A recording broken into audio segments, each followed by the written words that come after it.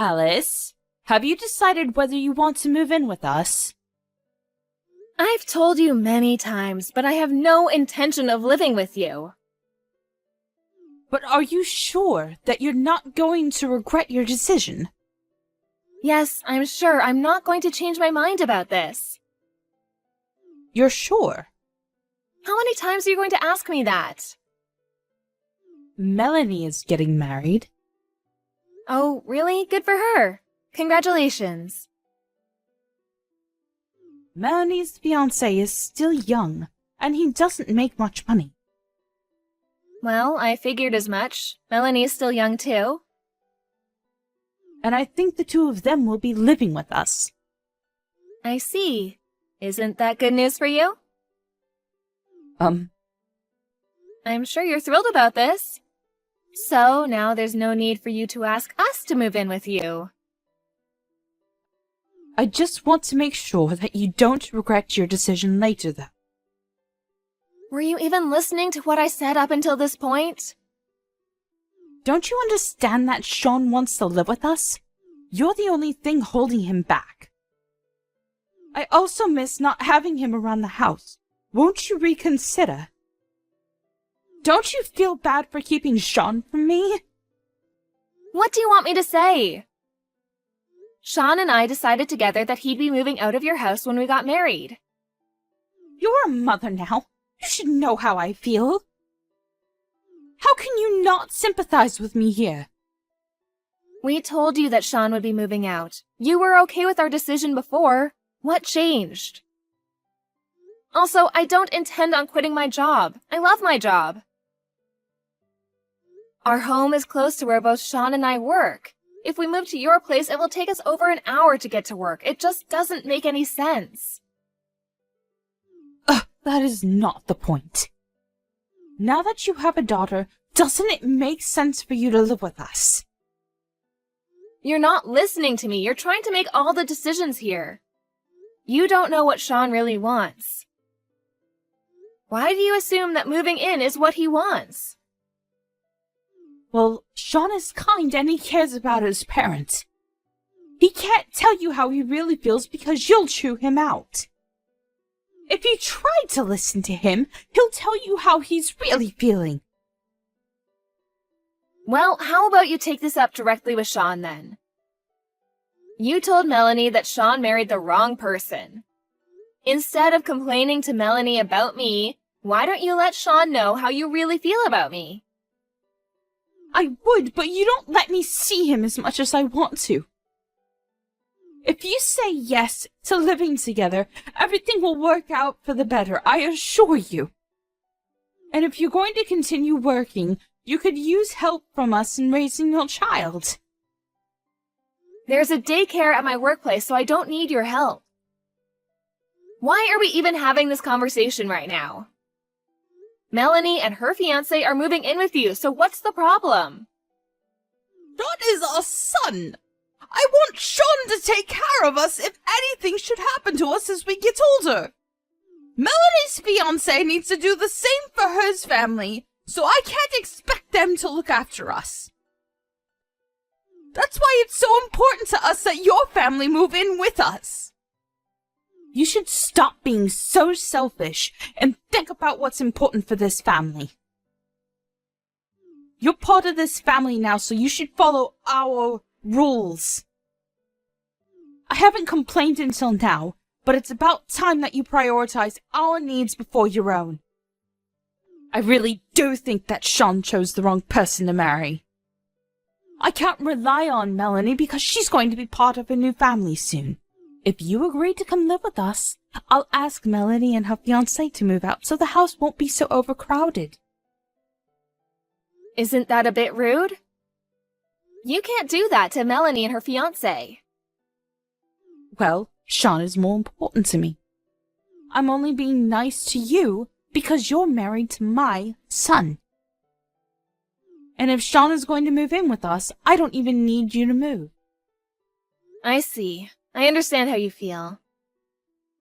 Do you want me to divorce Sean then? Will that make you happy? Huh? Well, that's what you want, isn't it? I'll divorce Sean for you. You're not making any sense. You just told me that you didn't need me in your family. I'll speak to Sean tonight about the divorce and your wishes for this family. I don't think that he'll want to divorce me, though. He loves me too much. I'll also let Melanie know how you feel about me. Why do we need to involve Melanie? She has nothing to do with this. I'm going to tell her that you're going to kick her out as soon as Sean moves in with you. And that you love Sean more than her. There's no need for you to tell her that. You'll just end up hurting her. What about my feelings? You seem to have no problem hurting me. You're such a bitch. You just want to pull me apart from my family. You are a monster. I just spoke to Melanie. She told me that her father also asked her and her fiancé to move out if Sean was going to move in. She told me that she's not going to move in with you if there's a high chance she'll be kicked out soon after that. What? She can't do that! She already promised us she'd move in! It seems that your husband spoke to her before you did. He told her that Sean and I are moving in with you and that there was no room for her and her fiancé. She was really angry with her father after that. She has no intention of moving in with you anymore. Well, how come Melanie didn't come to me first? Melanie told me that she spoke to her father yesterday. I guess she's angry with you too. That's why she came to me and not you. Did you tell your husband that Sean and I were moving in with you? How could you? I've been telling you that that's not what we want.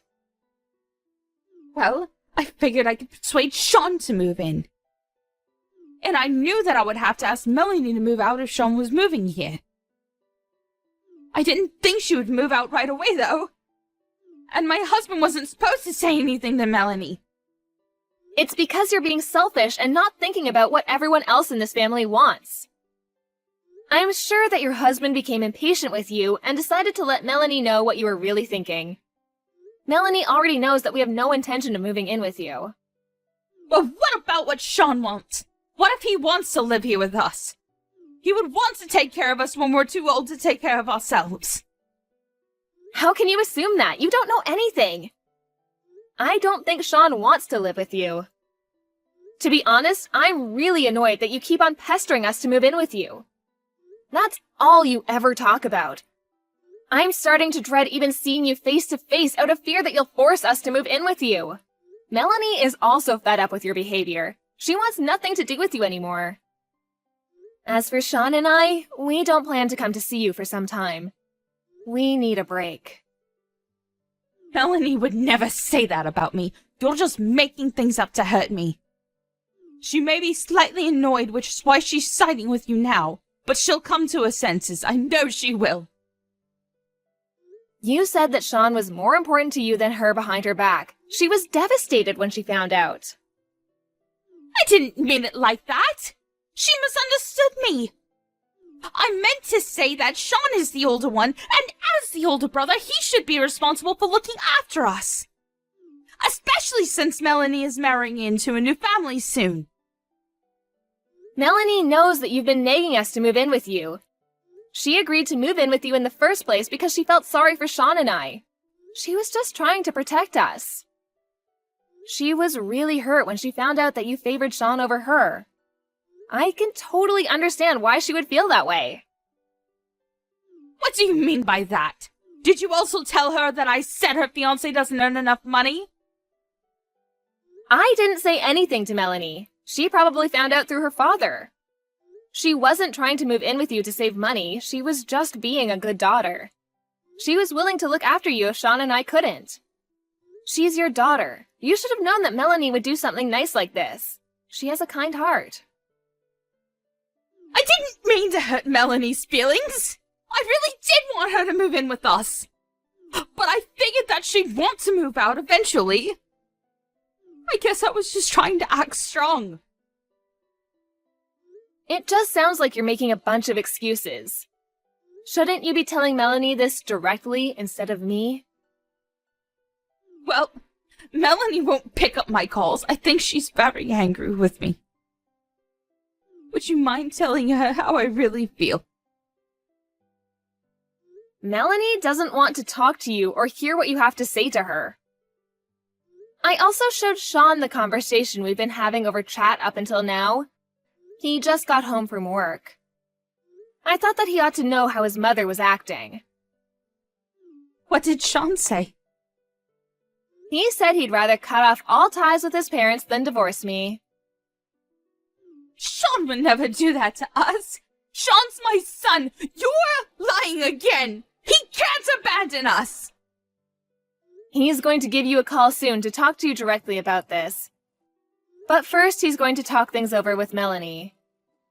As for me, please don't try to get in touch with me anymore. I have nothing more to say to you.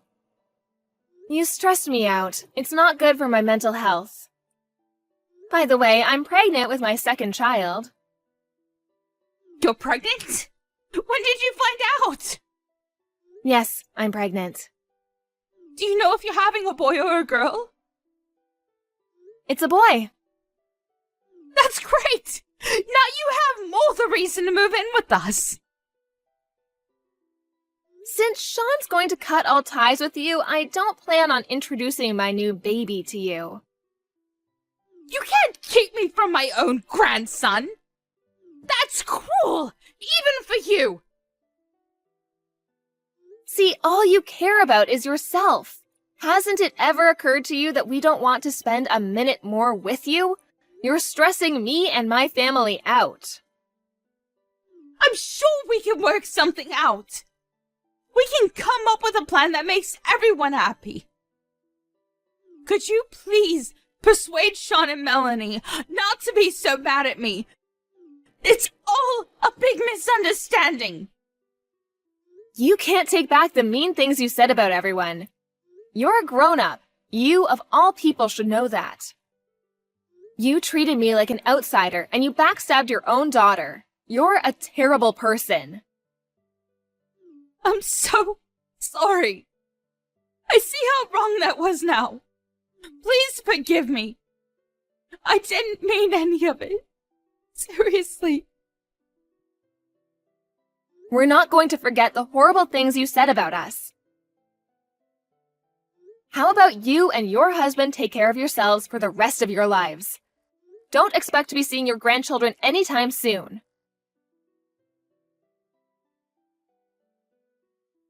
Melanie and Sean talked things over and came to a mutual decision. They both wanted nothing to do with their parents. If one of their parents got sick, they would figure out what to do when the time comes. For some reason, their father was livid with their decision. But Melanie and Sean didn't care, and they continued to ignore their parents completely. The following year, Alice gave birth to a healthy baby boy. But Alice and Sean didn't go out of their way to introduce him to his grandparents. They had the decency to send Sean's parents a Christmas card informing them of the birth of their new grandson, though. If only Sean's mother hadn't been so pushy and stubborn about Alice and Sean moving in with them, things might have turned out better for everyone.